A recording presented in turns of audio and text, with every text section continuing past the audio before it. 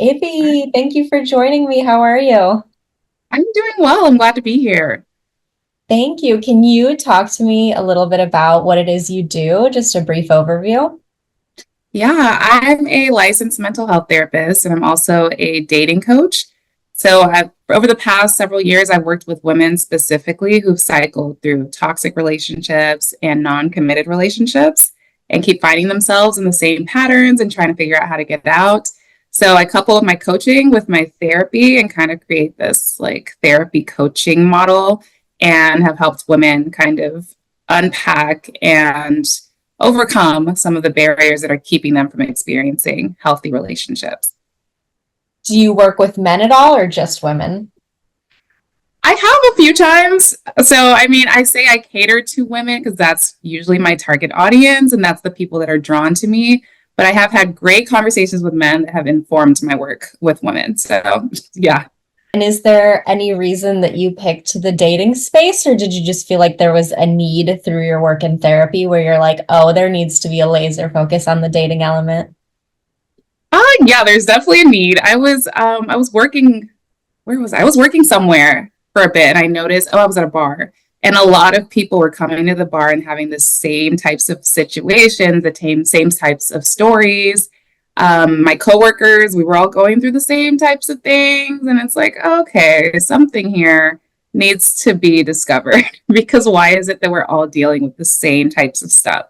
So then I did decide to go to school and get my master's degree. And that's when I started to really explore that a little more. Do you feel like, in your experience, has dating gotten worse in the last couple of years, or is that just my interpretation? I feel like it's gotten different for sure. Maybe we could use the word worse. I don't know, but definitely different. Everything's more like instant culture, just in general. Like you can order food really fast. You can like Amazon things. Everything's so instant in this world. And I think that's really affecting the dating scene for sure. Do you think technology has made finding love worse and harder? I definitely think it's helped a lot of people because the people you wouldn't normally have around you, you're able to find them on the apps, which is great. But then everyone else is like swipe, swipe, swipe.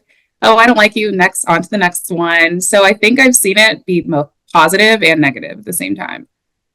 And then, do you think men have gotten worse? Oh, you're trying to get me in trouble here. I don't know if they've gotten worse or it's just that more things are starting to be uncovered. Like things that were already there, now everybody's talking about it. Now men have podcasts and they're talking about their perspective on things. And I think things are just becoming more out there. Like we're just able to hear about what people are actually thinking more now. That's true. I don't mean to ask it in like a, I'm not trying to be disparaging towards men. I have wonderful men in my life who I love. I just feel like the complaints from my friends and I and people I'm surrounded by, and I heard it put this way, which really stood out to me, that some men are in the denial stage of grief, meaning that like women have standards now, and obviously it's been going on in society for a while, thankfully a few decades, that we've been able to have bank accounts and been able to reach high positions at work, and so that like financial backing element is gone. So it seems like there's a lot of like hyper independence with women, to where now there's a standard, which like there should have always been standards for what we want in a partner, but it's been elevated. And so I think that's like a funny take, and that's kind of why I'm like, have men gotten worse? Because, we're also dealing with this whole like incel movement and the pickup artist leg of the internet, and all these things where it's like, I think it's just more visible now than it's ever been. What would you say to a woman who like is single and is feeling really pessimistic about men? There's hope for sure. I know it can be kind of hard because of what we're seeing and what's everywhere all the time. You hear people's stories and things around you. I like to tell my clients that you're going to have to change your environment. So that goes from the things you're watching, the things you're listening to, the people you're around.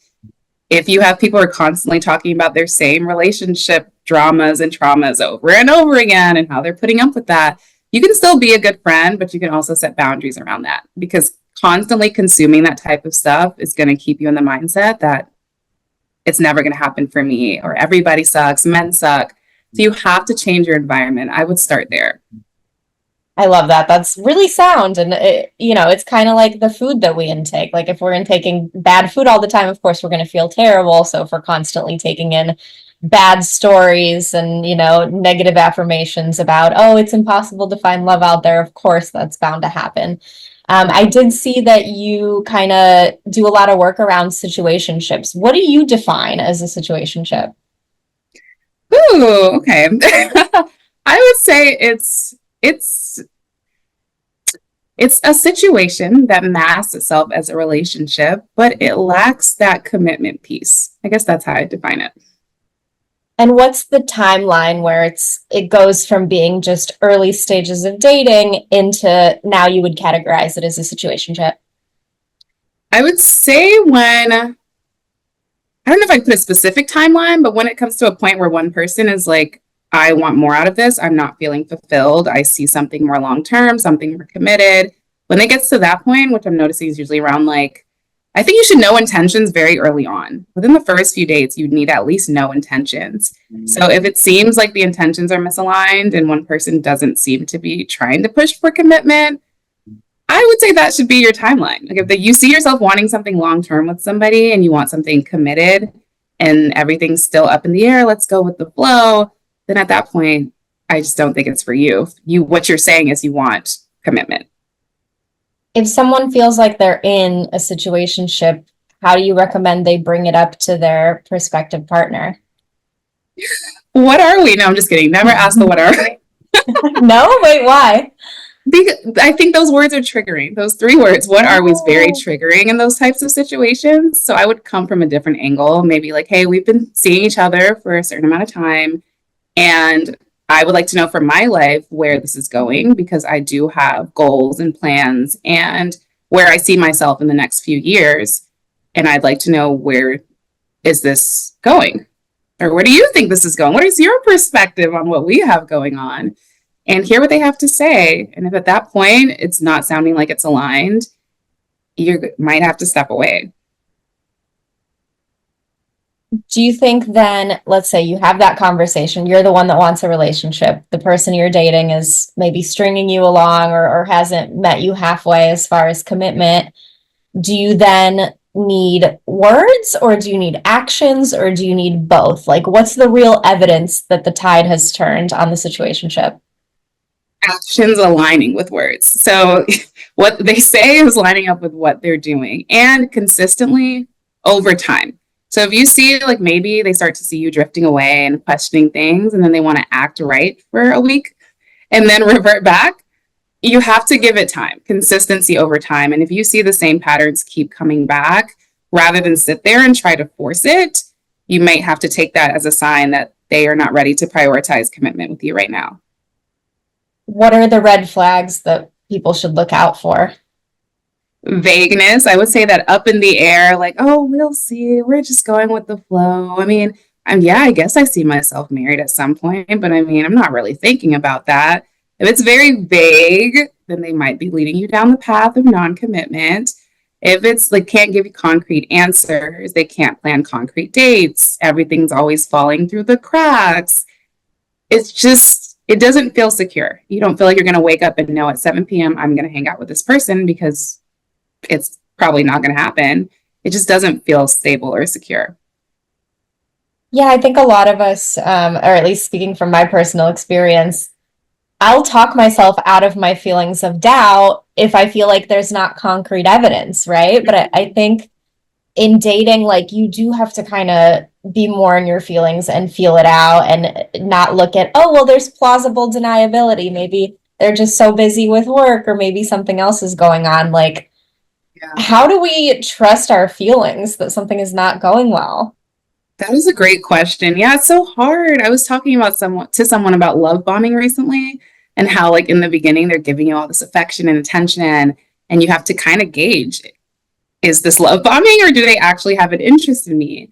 So I would say in terms of trusting your intuition, it would be more about knowing the signs. So if you see the person has a pattern of showing up communicating, planning things, and then a couple times things fall through, then you can have space for grace, right? But if it's a consistent, like they make a plan or you're the one having to initiate things, or plans are falling through the cracks, or they'll text you consistently one day and then they ghost you and no actual legitimate reason, and then they pop back up the next time.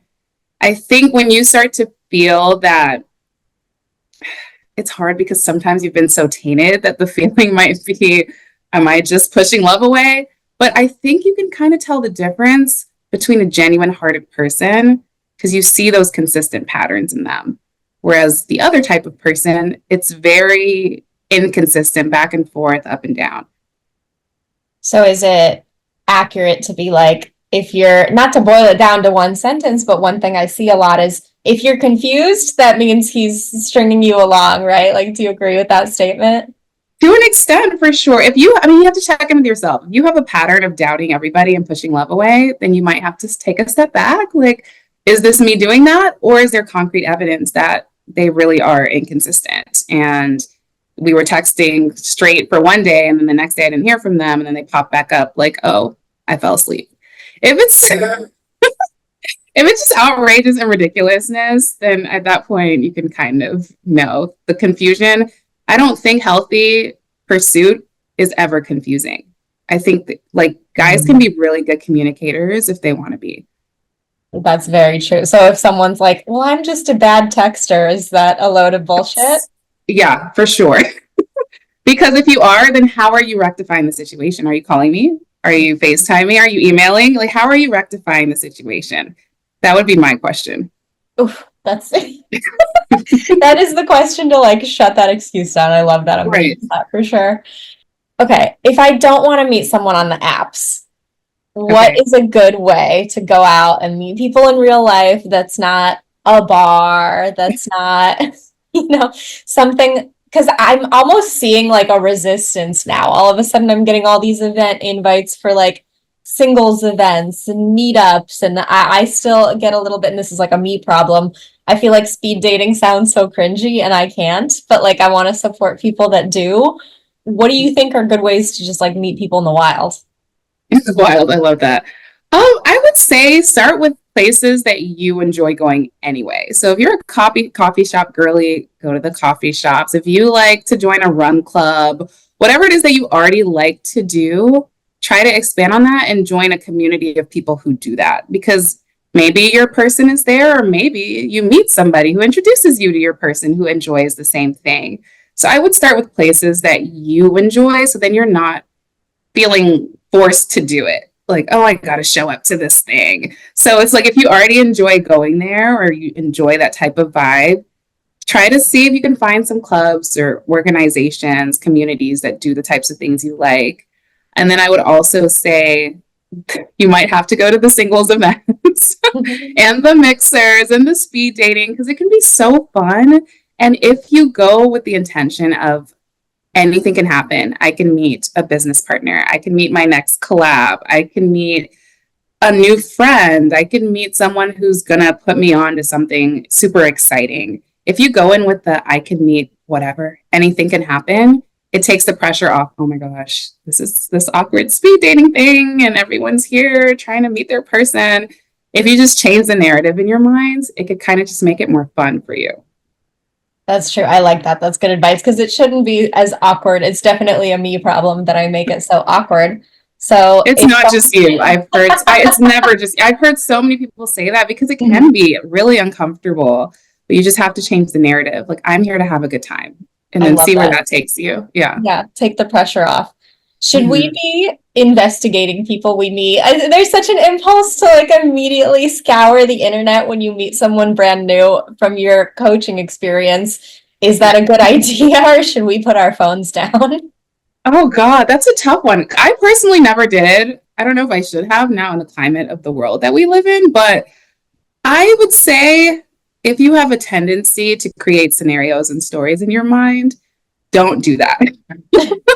Because just imagine the rabbit hole you're going to go down of creating scenarios, what you see on Facebook, what you see when you Google them. you could be creating all types of stories that may not be accurate, and that can stunt your process. So if they offer up their Instagram, then you can kind of take a quick scroll through. But I wouldn't say go out of your way to do a deep dive search, because then you'll be creating scenarios and stop yourself from a potentially good thing. Fair enough. Yeah. But I know people do it. I know it's hard People to stop do it. yourself for Yeah. sure. It's so hard. Yeah. I'm guilty. It's just always interesting to hear it from like an unbiased, like obviously you know what you're talking about. So I'm like, is it is it as Yeah. bad as it feels? I would keep it limited to social media. If they offer up their Instagram, I would say Instagram, because Facebook you can scroll for years. And then you see things from 2011, and then you're creating stories about people that they're not even that person anymore, right? True. So I would say if they offer up their Instagram, let's start there. You can see kind of their overall lifestyle, what they're into. That's like healthy research. But anything beyond that, the deep dives might be sabotaging yourself. And how fast should people, and this goes with apps as well as like meeting in person, but I feel like there's a lot of pen pal situations going on with the apps where I have gotten frustrated before someone's like writing me for too long, they're not getting to the date, and I'm kind of this like conservative mindset of like, well, the man has to ask me out, right? Like I'm not doing the planning, I'm not doing the asking out. Like how do we facilitate someone to get to the date without having to be the ones like I'm not going to initiate it, you know? Yeah, I get that. For sure. I would say it's not bad to plant the seed. As a woman, obviously, we want to be courted. That's just how biology works. But I mean, I would say plant the seed. And if they're not helping you water it, that's your cue to stop with that seed. So I would say you could at least say, hey, there's this thing going on Thursday night, and I was thinking about going. Would you be interested? A small little seed like that is fine, because you're not actively, it doesn't feel like a pursuit. It feels like you're going to go do this thing anyway. Let's see if he wants to come. And then if then he's not initiating back, he's dropping the ball, he's making excuses, then you've planted the seed. Now you can walk away. You tried, you did your best. So I would say as a woman, at least plant the seed, a small seed, and see how they help water that or not. I like that. And are there any obvious signs on a first date? Like, if a first date ends and you think it went well, but he doesn't immediately ask for a second date, is it over? I wouldn't say it's over, but you would definitely hope for a follow-up. Maybe not immediately, but soon. And within a couple days, you would definitely hope for a follow-up. It is a good sign if they follow up sooner rather than later. I would give it time to see how they move. And then I would do a follow-up just to kind of gauge, like, hey, we had a good time the other night. Would you want to hang out again? Unless, I'm not saying you be the first one to initiate every single time, because that could be a bad sign. But then also, there are some men who are just really shy.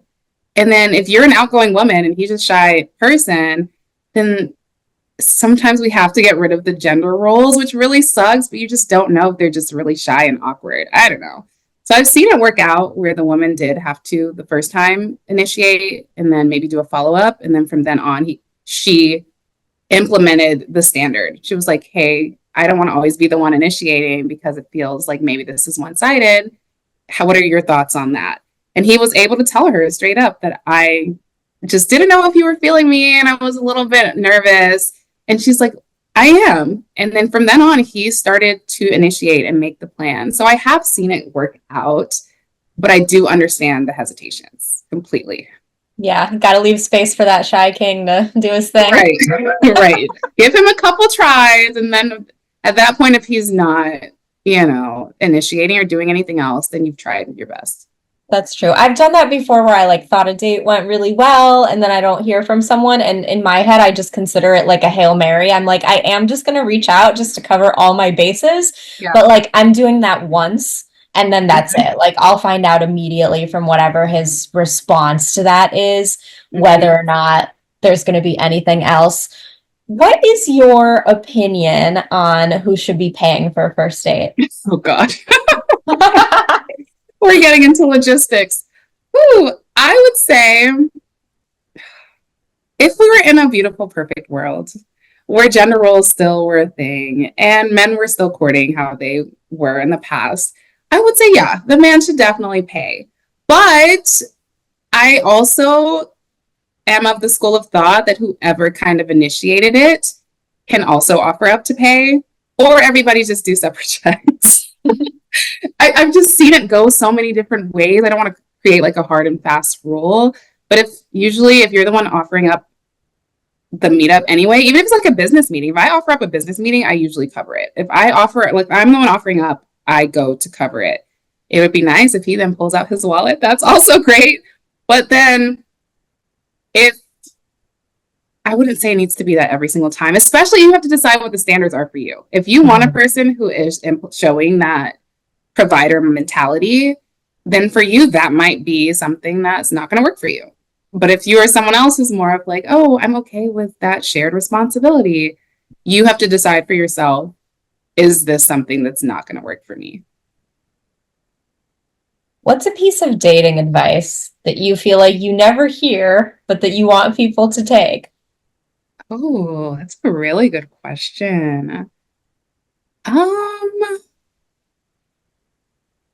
It might be what I just recently told you, that you as a woman can plant the seed. Because I think a lot of women hold themselves back and they're just waiting on the man to land in their lap. And I'm like, sometimes you have to plant the seed. And it sucks because we would want to sit on our throne and wait, which would be really nice. But men are people too. And sometimes they just need that extra guidance because they doubt themselves a lot too. Like, is she really feeling me? Like, I don't know if I'm up to her level, her standards. Guys question themselves all the time. So maybe just us planting the seed sometimes can be really, really helpful.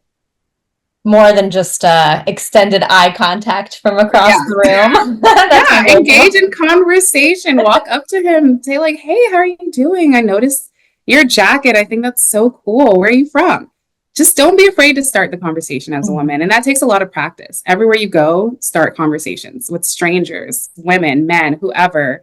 Practice starting conversations so it doesn't feel as high stakes when you find someone you're really attracted to.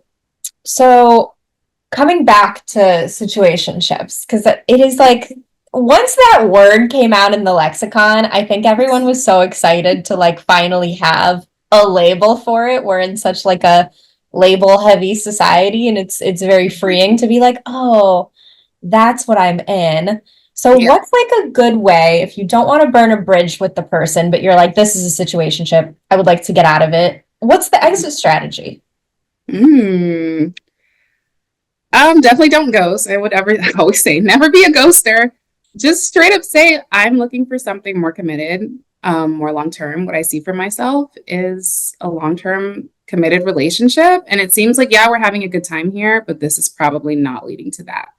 So, as much as I would like for us to keep doing this, I can't. I'm gonna have to respect myself. Like, I want something else. As much as I would like for us to keep doing this, I'm interested in something else. And what I have noticed, the toxic ones, I hesitate to use the word toxic, but the unhealthy ones, they will try to lure you back in. They will.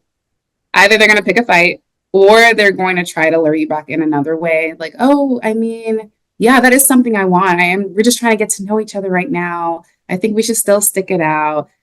And then they're just going to keep stringing you along. So you have to trust yourself, trust your judgment, set the standards early on. So then you're not playing yourself, because at a certain point, we can only blame ourselves if we keep letting something happen that we don't want to happen. That's true. Yeah, there's a lot of accountability there. So ghosting, never okay, huh? Yeah, let's not ghost. Let's just be nice, kind, considerate human beings. Yeah. If someone's getting ghosted, should they ever say something to the ghost? I would say if someone's ghosting you, then they don't really care what you have to say anyway. Like, they're not considerate. So you're wasting your breath, your thumb power when you're texting. You're wasting that on someone who's probably not going to care. So just kind of save yourself the dignity and just, if they ghosted you, block them. Good riddance. I love that. What are your tips for getting over someone? Distance. That would be first. Distance. You have to create distance from the situation. So you have to unfollow, remove, block, delete, all of that. And I know people find that hard because some people are like, oh, I don't want to block. I don't want to make it seem like we have beef. Like, you're not blocking for them, you're blocking for you. Because what are you going to be doing every night at 9 p.m.? You're going to be scrolling on their page, watching their stories. So if you have to go as far as to block, you have to tell yourself, I'm doing this for me. Because if you don't create distance from the situation, the hope will linger on and you will keep thinking, oh, well, maybe if we just try it this way. So I would say the first step, create that distance.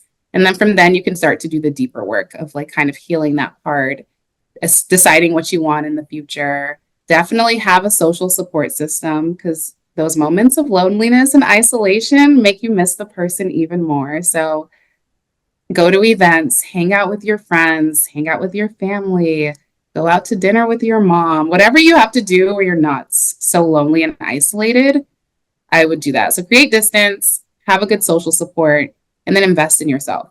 Whatever you like to do, your hobbies, your self-care, your activities, invest in you. And then, I mean, the answer to this seems so obvious, but you stay friends with an ex on social media. You don't really interact. Maybe you mute each other for a while. The person comes back, they start liking your stories. It doesn't mean anything. They're just interested. They're trying to keep up. Like, what's she doing now? Let's see. Let's head over there and see. And then that is just going to light up that dopamine inside of you. You're going to get excited. As much as you think you're over it, your ex comes and likes your picture after a couple months, you're going to get that light up of dopamine and it's going to feel exciting. And it gets confusing at a certain point. So I would say until you're fully over the situation, keep that distance there. Because I've seen it work out where exes have become friends, but it was after that period of distance, for sure. Like that healing, you have to fully get over it before you can be in a space of we're just cool. So do you recommend people go full no contact? Mm-hmm. For sure. Oh, for sure. I just don't see another way, especially if it's one of those like back and forth, up and down, unhealthy situations. I don't see another way. Now, if it was like an amicable, we just walked away and decided this together, that might be different. I just haven't dealt with a lot of those because a lot of my clients that come to me, it's been an unhealthy, toxic situation. So no contact is the only way. But if it's something more amicable, I don't know. I don't know about that one exactly. Like, do you think it's ever okay to take back someone who cheats on you? Deep breaths, deep breaths. I would say, yeah, I would. It would have to be, there would have to be a lot of healing that comes with that. And if you're not one who's going to be able to heal past it and you're still going to hold them to the whatever it was, I don't like to call it a mistake because it feels very much like a choice to me personally. I don't know. But I do know that people have come back from it and maybe they were going through a rough patch at the time. But I just feel like it boils down to integrity. So if integrity is on your list of non-negotiables, then I think cheating kind of makes it a no comeback. But if integrity is not something, if you don't see cheating as an integrity thing, maybe you saw it as an actually was a genuine mistake. This person normally has good intentions. They stepped out. They made a mistake. Let's repair. If you can do that, then kudos to you. But for other people, it's like an integrity breach. Like you didn't have the integrity and I can't put up with that. So it's definitely personal. I've seen it work both ways. So I don't know. I don't have a hard and fast rule, but yeah. I like that. That feels diplomatic. Yeah. Here's something I see a lot. Maybe you've seen this as well in your work. I feel like a lot of men will immediately after a breakup, and maybe women too, I don't want to like blanket statement, talk to me about serial monogamists because it can be so painful to be a person getting out of a relationship and you need all this time to heal and all this time before you can even like look in another person's direction in a way that's interested, and then your ex moves on in 2.5 seconds. Are they really ready to begin something new, or is that just like a compulsion for that type of person? Yeah. And I've seen it happen a lot, like you said, with guys. Like they moved on within a few weeks, and the women, I feel like women take a lot more time to heal, work on themselves, get themselves right, get their mindset right. But then I've also seen it where women have jumped. Like I would say a lot of my anxious attachers, they will try to find somebody else to kind of help fill that piece, that void that's missing. So sometimes I haven't ever seen it. I wouldn't say ever. A lot of the time, I don't see it being a healthy rebound. I see it being, I'm trying to get over them. Let me get with this other person.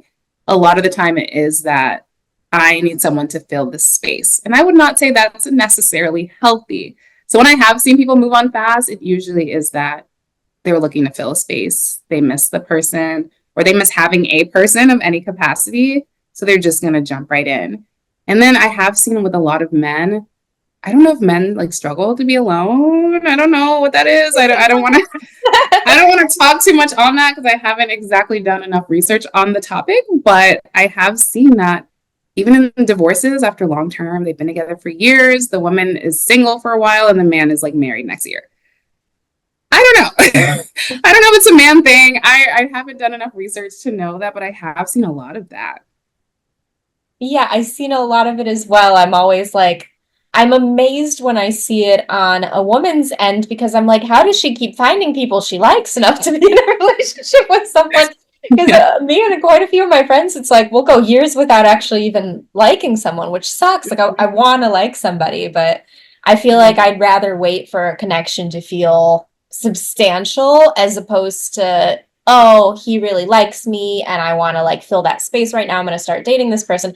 I feel like it's then so much more work to get out of a relationship that I knew I didn't want to be in the first place versus Mhm. just being single. But I'm also like a person who's very comfortable in their singleness. And I know that that's getting more common, but not necessarily common, and definitely not common with men because like women just add so much value to their lives versus sometimes like oh, we're kind of getting a little bit of energy siphoned just because of the like natural caretaker role that we jump into.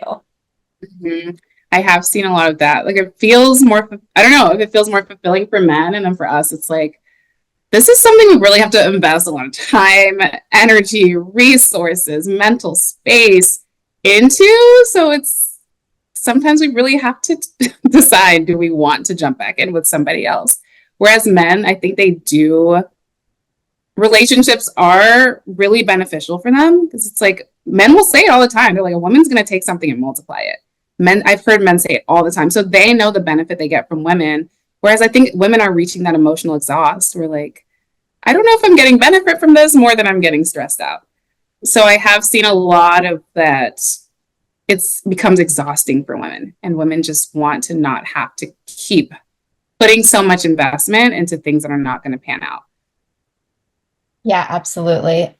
Do you think like someone gets into a relationship, what is way too soon to be making decisions about moving in together, engagements, like dropping I love yous? Like what's too soon? I would say it definitely depends on the standards you've set. So for some people, which I've seen it work out beautifully, and I'm so proud of them, some of my clients, they're like, I'm not moving in with anyone until there's a ring on my finger. And I would say that's definitely a very solid game plan right there because you've gotten past a certain point. The intention is definitely there. It's right there on your finger. And hopefully that means next steps are you guys are going to be merging lives. You are going to be getting married. That's hopefully the goal. So that's some people's standard, whereas other people are more flexible with that. Like they will have sex in the first couple dates and they will be saying, I love you soon. And some people have more of that flexibility and it's kind of worked out for them. I know there was a couple who started as a one, like not a one night stand. They were friends with benefits and then now they're happily married. So it's like, it's so hard to have a hard and fast rule again. But I would say if it is coming on too strong in the beginning, then that is definitely a sign to take, it's a cause for pause. So if you notice, like, they're like, oh my gosh, I can't see myself without any, like, with anybody else. And I really see a future with you. And it's been like 2 weeks, cause for pause. I like For that. sure. That could be a love bombing situation right there. And you want to make sure that they know you because how can you say that you don't see yourself with anyone but me and you're obsessed with me? You don't even know the core of who I am. You know the couple of things I've told you. So you have to like try to gauge, are they coming from a place of they really genuinely know me and then they're saying that? Or they're just saying that because they think they can get me that way. Or it works for them to say that. I don't know. So I would say give it less of a timeline and more of the quality of the interactions. So over time, are we having quality interactions, deep interactions? I don't know. I'm trying to think of more words to put here. Just, I would say, focus on the quality of the interactions rather than the timeline. And then also just make sure it's not too fast. Yeah, I like that. Yeah. Because I hear of people like moving in together after just a couple months, and from my limited understanding of the biology aspects, I heard that like hormonally we're kind of in a honeymoon stage for like 9 to 12 months, and that no big decisions should be made before that 9-month mark, because maybe all that like delicious dopamine, oxytocin, whatever we're going through wears off, and then you like start to really determine what your connection with someone is like once that physical spark kind of settles down. Yeah, but then you also have the people who are getting married in 3 months of knowing each other and it works out. So it's just so hard to come up with definitive yes and no's. But I would say focus on your patterns. If you have a pattern of moving too fast with people, let this be your chance to not do that. So don't feel the need to rush. Don't tell yourself that you have this limited timeline, like, oh, I have to move fast. If you find yourself rushing a lot, do the opposite of that. If you find yourself taking a really slow time, do the opposite of that. Like try to actually show more vulnerability if you are the type to hold back. So I would say know your own patterns and then try, if you're working on them, try to kind of do the opposite of that a little bit. That's good advice. Yeah. What are like obvious signs that someone's love bombing you? Because that word is another one that's like come into the lexicon quite a bit in the last couple of years. And I feel like I see it a lot. I see it in these like, are we dating the same guy groups and things like that? And I'm like, is it being overused? Is it legitimate? Like, talk to me about it. Oh yeah. It's a big deal. It's kind of scary because it's like you don't know at the beginning, do they like me or are they doing these things as a form of manipulation? And it's really sad that people can lure other people in with attention, affection, gifts, and excitement and text messages and I don't know, false hope. And then you fall for it and then they withdraw all of that. It's so unfortunate. But I would say the best way to know if you're being love bombed is check what they know about you. So if from early on, they're already obsessed and they know not much, maybe they know your name, they know you like to go on walks, they know that you graduated from whatever school, that's not enough information for them to assess that you are the love of their life. So if they're already putting all their eggs in your basket, you have to check in with yourself. Like, yeah, I'm special, but I'm not that special. Like, they don't know that yet. My family knows I'm special. My besties know I'm special, but this person does not know that. Why are they doing X, Y, and Z already? So I guess rather than being skeptical of every gesture, really check in. What do they know about me to be offering me this fake world right now? Because then it's like we don't have to make it personal either. It doesn't have to be a comment on how special or not special I might be, where it's like, realistically, let's zoom out. This person's known me for all of 3 weeks. That's probably too soon if we've been hanging out once a week for him to be making any kinds of like love statements and just doing the most. Yeah. And then also find out with yourself, like, what are the things they are commenting on? Like, oh my gosh, I just love the way if they're talking about how you show up for them, red flag. If they're talking about, if everything that they like about you is how you're showing up for them, let's not do that, because now you're going to have to be that person for them forever. And it seems like they might be a taker. I don't know. It might be a cause for pause there. So listen to the things they're complimenting you on. Is there some substance to this? Was this something they were able to actively deduce based on our interactions? If not, that's a cause for pause as well. What's an example of a comment like that? You're just so kind and caring. Like every time I need you, you're always there.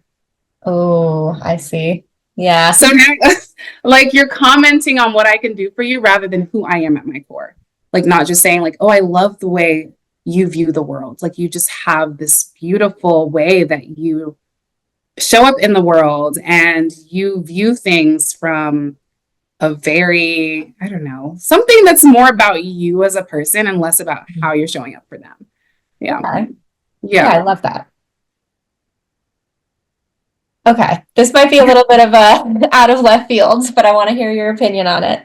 What do you Okay. think about couples that just post too much about how in love they are?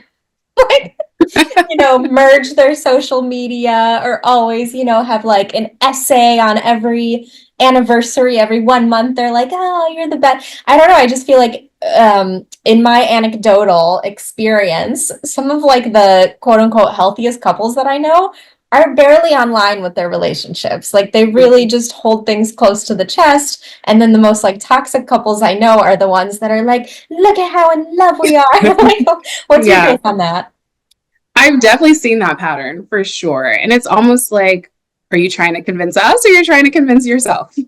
If it's above and beyond, because there are some people who are just more out there and more posty, and they're going to post every meal and they're going to post every event and everything. If they're already like that, it's maybe that's just how they are.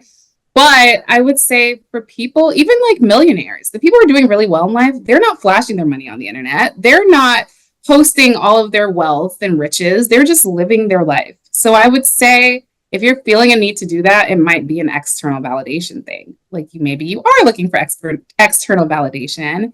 And why are you doing that? What's going on over there? So it could be a lot of external validation seeking. But like I said, if they're the type who's posting everything anyway, then maybe they're just that type.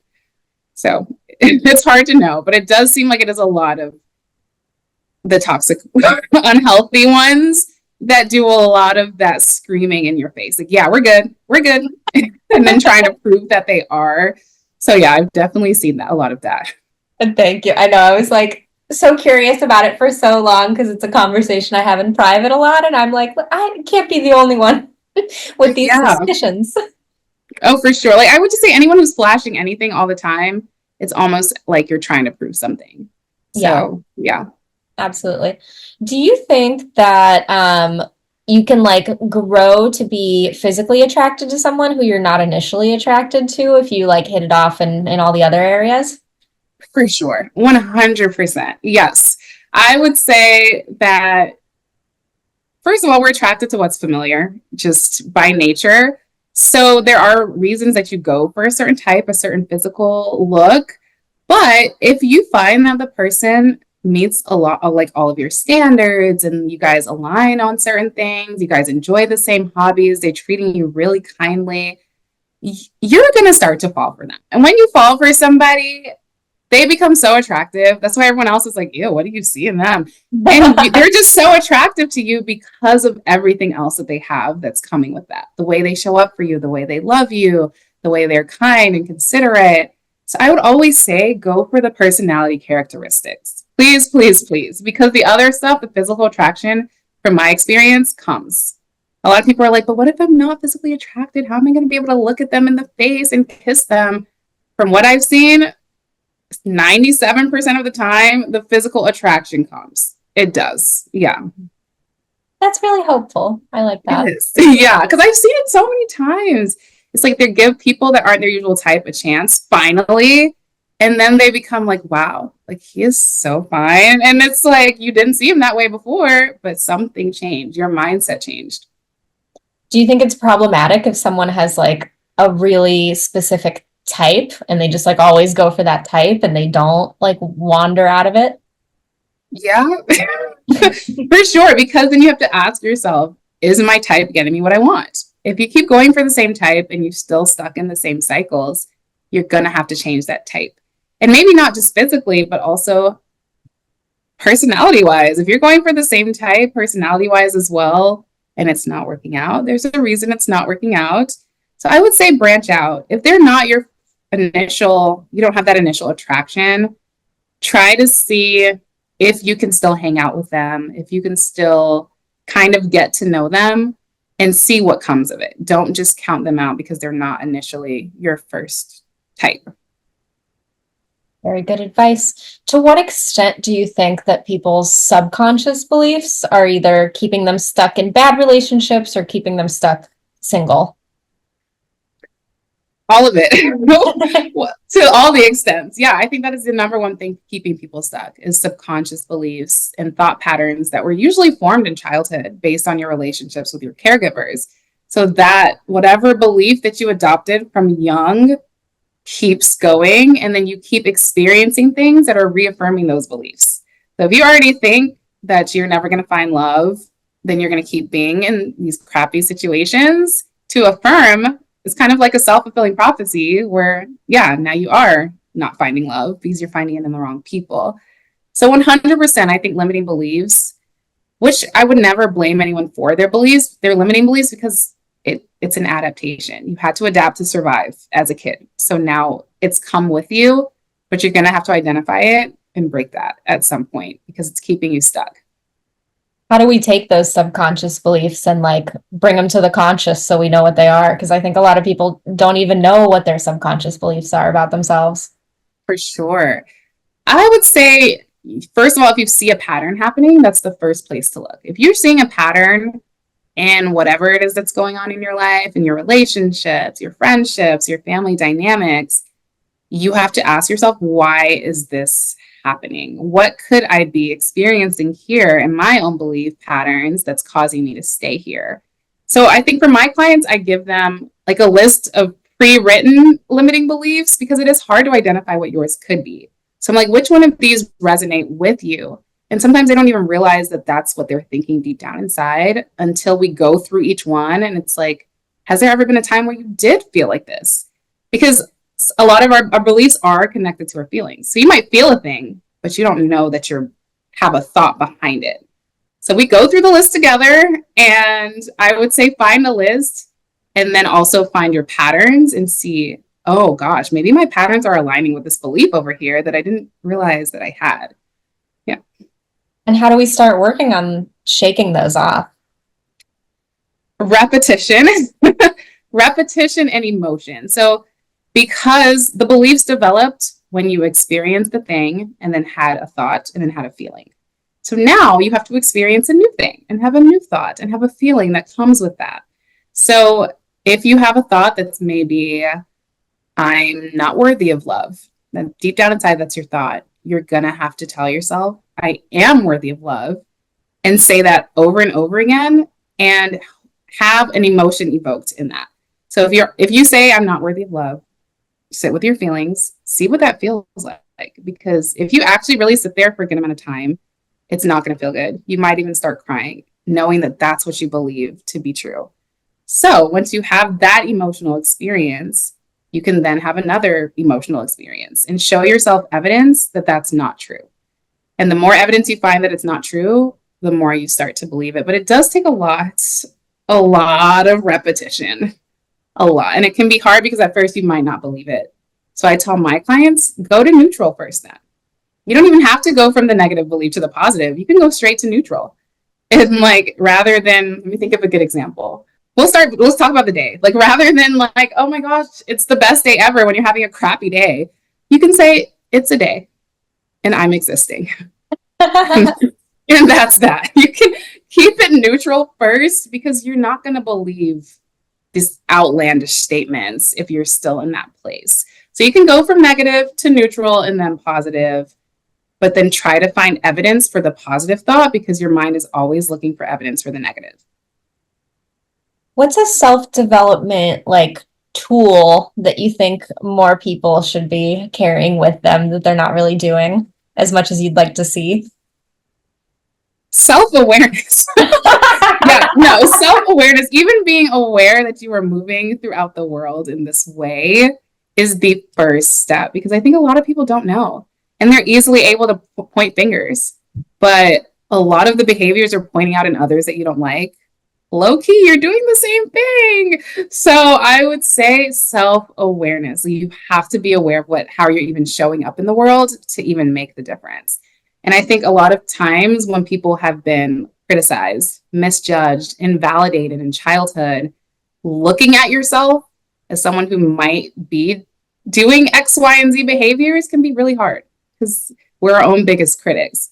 So if somebody even tells you like, hey, I'm offended by the way that you spoke to me, you're ready to attack. Like, what do you mean? What did I do? Da, da, da, da. So just sit with it. Maybe you are showing up in these ways and you have to realize what you're doing. Is there a way, because I think everybody that's listening to this knows many people who lack self-awareness. Can those people work on that? If so, how? Work on getting more self-awareness. Yeah. Yeah, but you have to be aware that you need to do that. So I would say the people who are ready to do the work, I think they're definitely more inclined to have self-awareness, and they're more inclined to seek people out who are going to tell them the truth. So they might have trusted family members, trusted friends, where they're like, hey, I want to see my blind spots. As much as it's going to trigger me, as much as it's going to hurt, what are some ways that I'm showing up in this world that you think are negatively impacting me? And it can be hard to look at ourselves, but if you have a trusted person in your life, ask them first. Like, if you're ready to really do the work, ask them, like, what are my blind spots? Like, how am I showing up that I don't realize that I am? And hopefully they're really kind and considerate with their delivery and they can help you see some of the areas that you might need to work on. Any final thoughts on what you think, what you want people that you work with to like take away from your conversations and implement in their love lives? You are worthy and deserving of happy, healthy love. And you have to believe that for yourself, and you have to give that to yourself first. So yes, we want the healthy relationships and the beautiful romantic scenes that we see, but you have to be showing up for yourself so you don't end up in situations where you're abandoning yourself. So give all that love to yourself, buy yourself flowers, take yourself on dates, fill your cup, spend time getting to know yourself. What are my wants? What are my needs? What are my desires? How am I pouring into me? Because then the right person's going to come along and match that. And you're going to be less inclined to tolerate people who are not matching up to what you already do for yourself. So if you notice like you're showing up for yourself in these really great ways, you'll be able to weed out the people who aren't going to do that. To really pour into you. That'd be my first thing. Believe that you're deserving and start giving it to yourself. Ibbie, thank you so much for coming on to talk to me. How do people connect with you? Where do they find your other work? Yes, you can find me on Instagram and TikTok at sickofsituationship. I also have a podcast by the same name. It's called Sick of Situationship, the podcast. It's on like Apple, Spotify, wherever else the podcasts are. It's on at least 6 platforms. Those would be the main ways. I would say find me there, send me like a DM or something, and we'll connect that way. You'll find me on at least TikTok and Instagram for sure. Awesome. Thank you so much. All right, thank you, everybody. Talk to you soon.